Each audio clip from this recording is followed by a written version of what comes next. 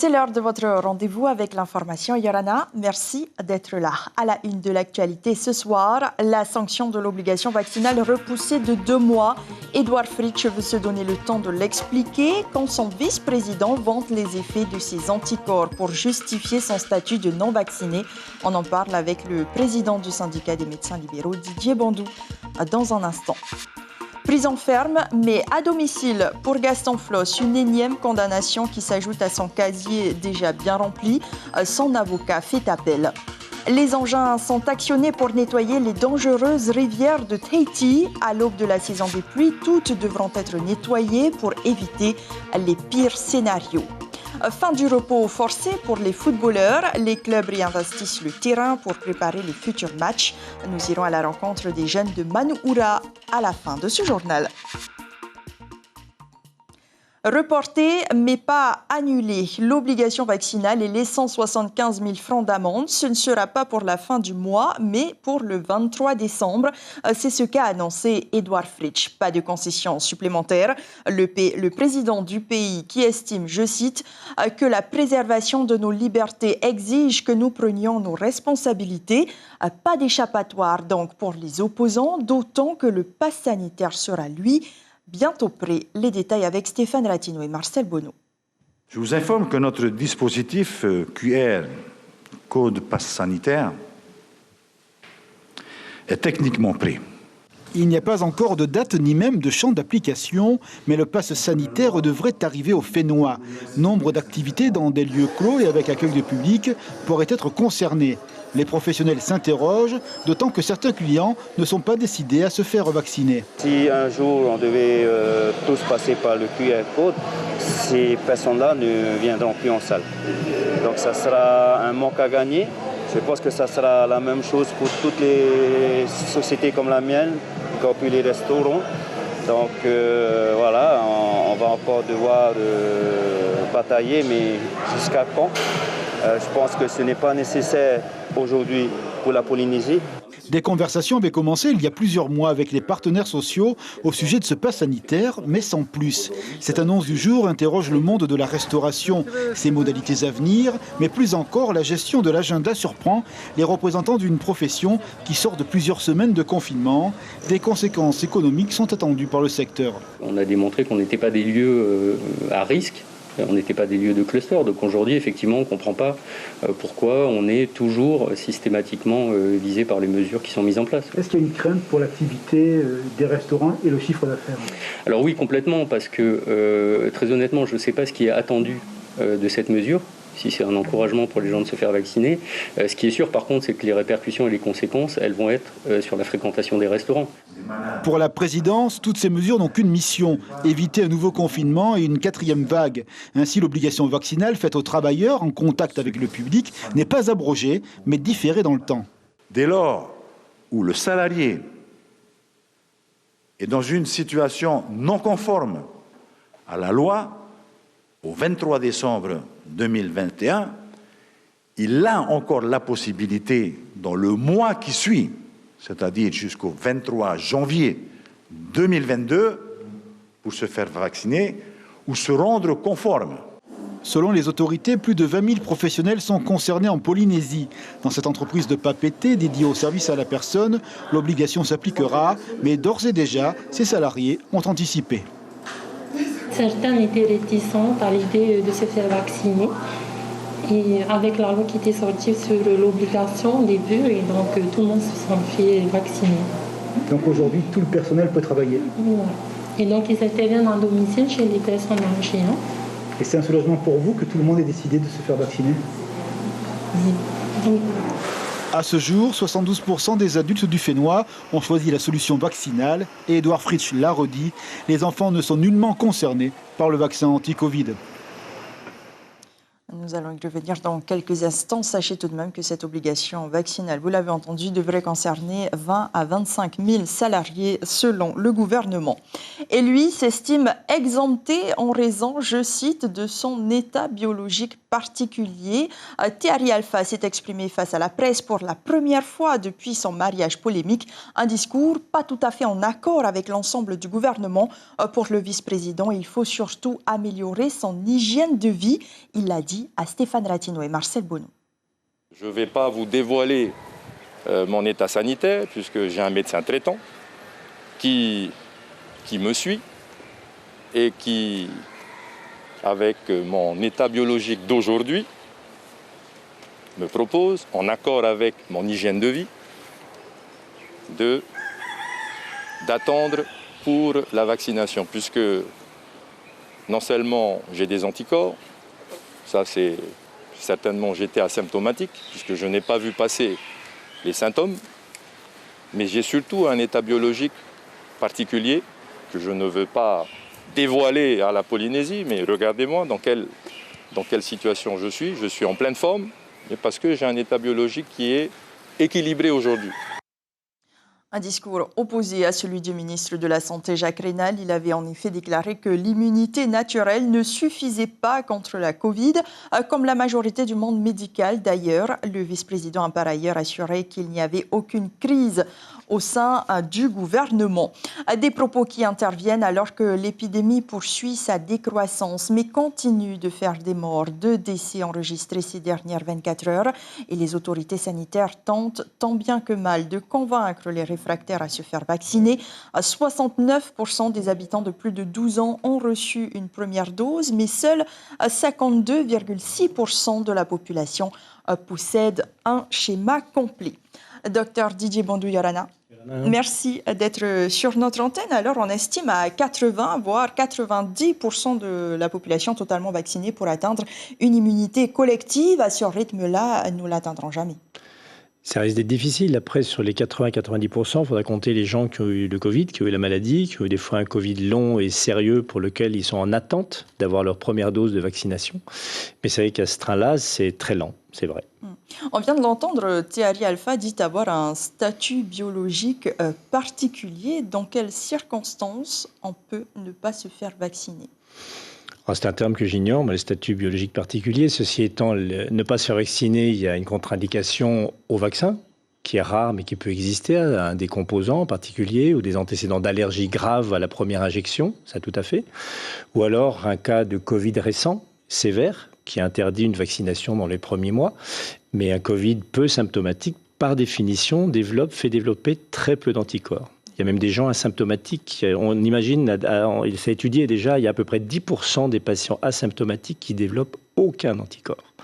Donc cette immunité est de toute façon limitée dans le temps. Ce serait très beau que ça dure éternellement, mais non. Même les gens symptomatiques sévères, il y a eu des études faites à Oxford, je crois, il y a plus d'un quart des gens qui, au bout de 6 mois, n'ont plus d'immunité protectrice. Donc ça veut bien dire qu'il faut effectivement faire des rappels et surveiller ça, mais en aucun cas il est utile de se doser les anticorps tous les 15 jours pour savoir si on a des anticorps, et en plus on ne peut pas savoir s'ils sont protecteurs. Donc, Il défend aussi son hygiène de vie. Être en bonne forme, est-ce que cela suffit pour se protéger du virus ? Comme on le dit souvent, comme dans toute pathologie, c'est nécessaire, mais c'est certainement pas suffisant. Une question d'une internaute. L'injection de la 3e dose est en marche. Est-ce qu'elle est vraiment nécessaire ou vaut-il mieux attendre un peu pour qu'on ait plus de recul ? Et pour le moment, on a déjà du recul parce que des pays sont bien en avance là-dessus. En métropole, on a bien commencé. C'est que la 3e dose est nécessaire pour des patients à haut risque, dialysés, immunosupprimés et au-delà de 65 ans. Pour les autres cas, ce sera au coup par coup et on le saura peut-être dans les mois à venir. En tout cas, pour le moment, c'est limité à ces cas-là. Est-ce qu'on prend des risques en se faisant injecter une 3e dose ? Aucun.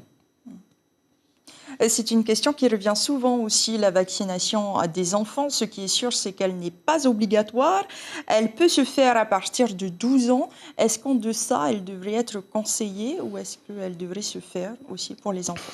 Les décisions seront peut-être prises au niveau du pays, mais c'est vrai qu'aux États-Unis, comme dans d'autres pays, les vaccinations commencent à partir de 6 ans. Donc les 6 à 12 ans, il y a déjà des études de fait dans ce domaine-là, sans plus de complications par rapport aux enfants plus âgés. Mais la vaccination a déjà débuté dans certains pays pour les jeunes enfants, oui. Et en Polynésie, est-ce qu'il faudrait aussi débuter pour compléter justement ce manque en termes d'immunité collective? On pourrait l'imaginer. Ceci étant, je pense que beaucoup d'enfants ont eu le Covid sans avoir été forcément diagnostiqués. Ils auraient, là aussi, sur conditionnel, une immunité un peu plus prolongée que les adultes. Et c'est très difficile à quantifier chez ces enfants-là leur immunité, on va dire, collective de cette tranche d'âge.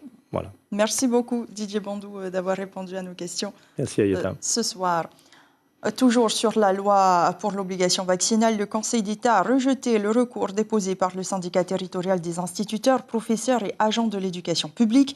Il estime que la procédure ne répond pas aux critères d'atteinte aux libertés fondamentales. Le Conseil d'État qui doit toujours statuer sur la validité de la loi de pays. Une chose est sûre, pas de licenciement pour les employés qui ne veulent pas recevoir d'injection. On en parle avec Christophe Plé, le président de la CPME en Polynésie, sera l'invité café de la matinale radio. Et pour compléter l'arsenal de lutte contre le Covid, le Conseil des ministres classe en produits de première nécessité les tests antigéniques, désormais PPN, comme les appareils de mesure de l'oxygène dans le sang. Une annonce qui avait été faite lors de l'ouverture de la session budgétaire le mois dernier et qui avait été demandée par les différents collectifs opposés à l'obligation vaccinale. Ces outils de prévention seront désormais accessibles au plus grand nombre. 6 mois de prison ferme pour Gaston Flosse. À 90 ans, l'ancien président de la Polynésie écope d'une nouvelle condamnation pour avoir dissimulé des biens dont la valeur a été estimée à 200 millions de francs pacifiques. Le président du Amuitheira pourra cependant purger sa peine à domicile. Nicolas Suire et Jérôme Lee.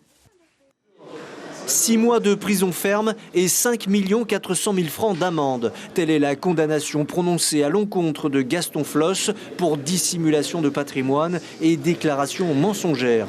Une condamnation que le vieux lion pourra effectuer chez lui avec un bracelet électronique compte tenu de son âge avancé. Une décision légèrement moins lourde que la réquisition du procureur, soit 1 an ferme. Pour Maître Quinkis, son client n'avait pas la volonté de dissimuler son patrimoine. Il s'agit d'une maladresse, notamment pour l'hôtel Ranlag. Le président Flosse s'est dit, de toute façon, le Trésor public a placé le produit de la vente sous séquestre.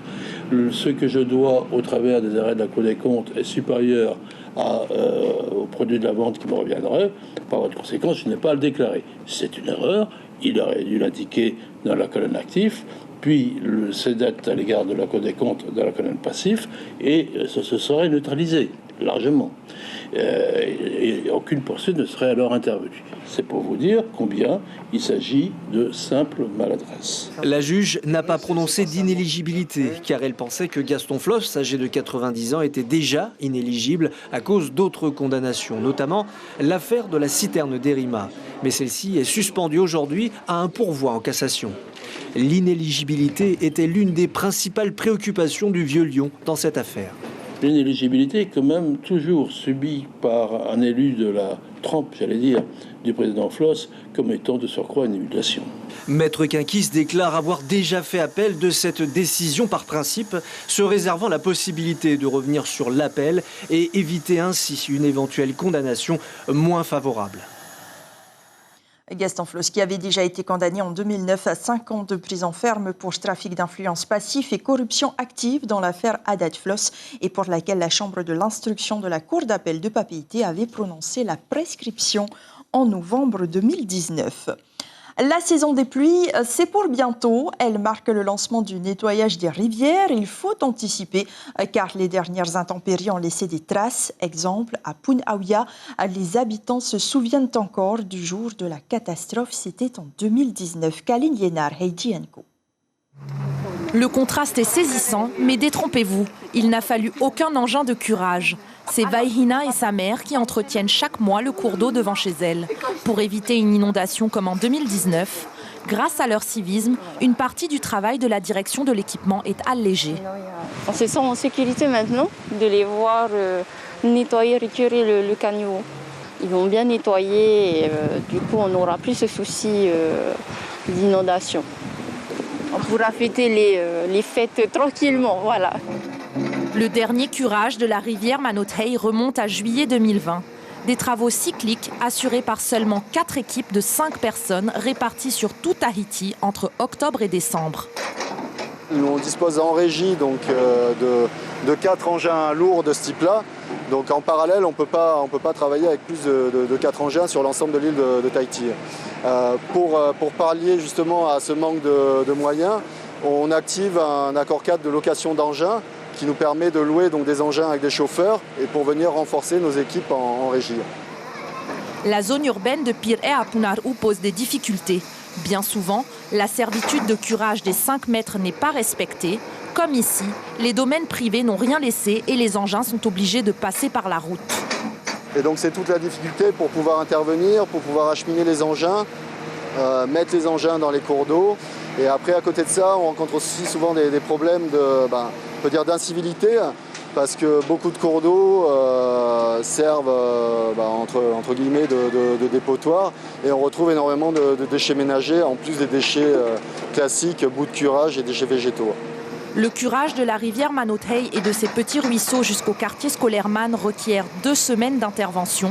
Et sur les 140 rivières que compte Tahiti, 80 sont des cours d'eau problématiques qui nécessitent ce type de curage annuel.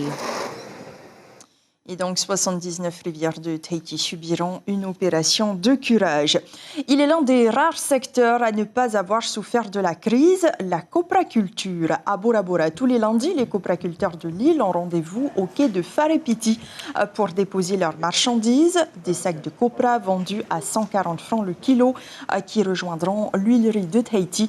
Lucien Ter est le responsable de Copra Bora Bora, nous en dit plus au micro de Rosanam Eihuta. Actuellement qui est enregistré chez moi, et c'est 500 familles-là qui emmènent un sac de copra. Si peu, ça peut être 2 sacs, 3 sacs, 10 sacs, voire 20 sacs. Je suis content, je suis heureux tous les lundis. Ils savent très bien que en fait, tout le monde peut emmener, toutes les familles sur l'île de Bora Bora. Il n'y a pas de problème, il n'y a pas de limite. Profitez, faites le copra, emmène le copra avec moi, et moi je les prends. Donc c'est de l'argent, donc c'est grâce à ça qu'on peut faire revivre la famille. Voilà.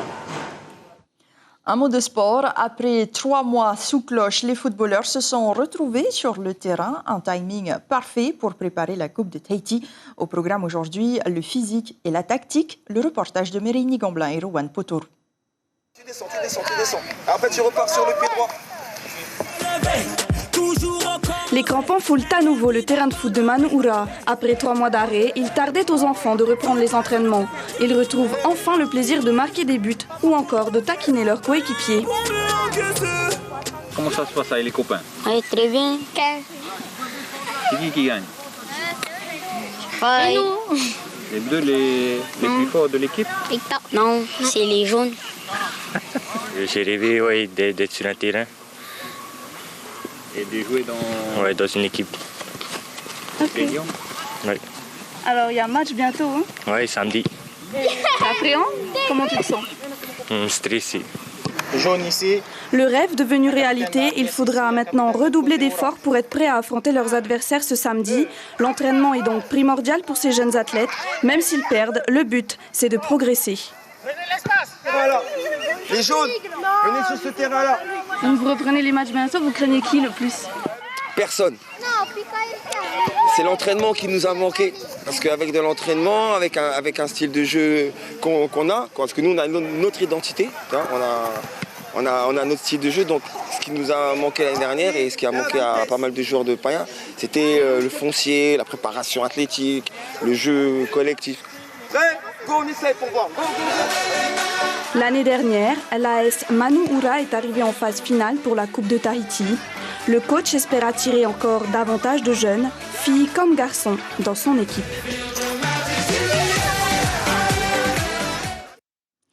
Reprise de la danse aussi à Pun'Awia. 3 ans que le conservatoire met à disposition ses professeurs pour des cours de danse traditionnelle et de percussion. Une culture hors les murs pour permettre au grand public de bénéficier de l'apprentissage. Au vu de son succès, l'établissement songe également à se délocaliser dans les îles sous la forme de cours à distance. Pour l'heure, à Pun'Awia et à Moorea, les cours ont lieu tous les mercredis et les vendredis après-midi. C'est la fin de ce journal. Nous retiendrons cette information pour ce soir. L'obligation vaccinale et les 175 000 francs d'amende, ce ne sera pas pour la fin du mois, mais pour le 23 décembre. C'est ce qu'a annoncé Edouard Fritsch. Pas d'échappatoire donc pour les opposants, d'autant que le pass sanitaire sera lui aussi bientôt prêt, alors que le vice-président met lui en avant son statut biologique. Il a expliqué ne pas être anti-vaccin, mais se dit exempté pour l'instant.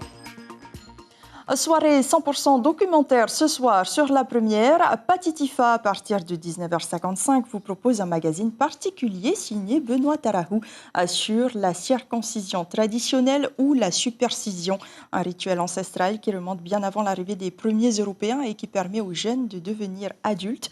Voici un extrait.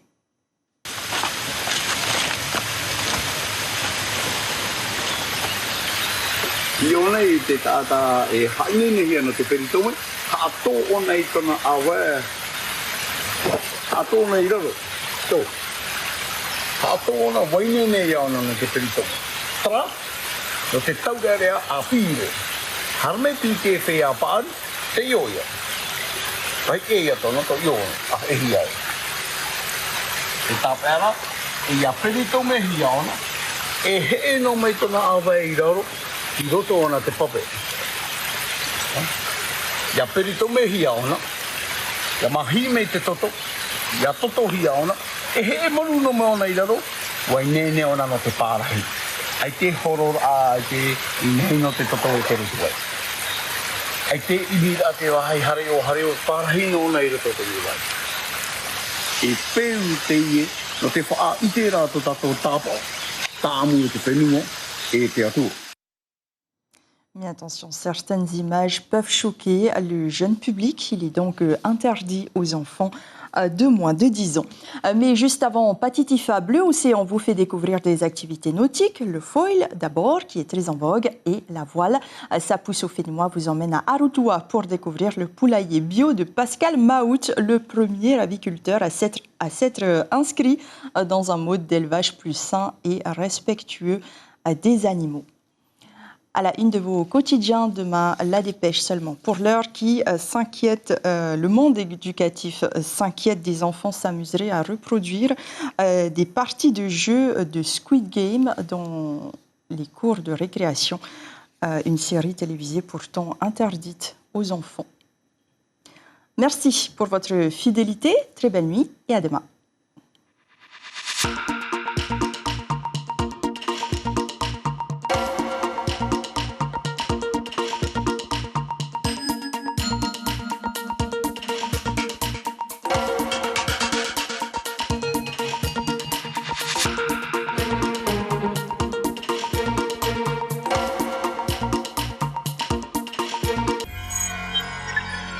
Retrouvez ce programme en replay sur notre site internet.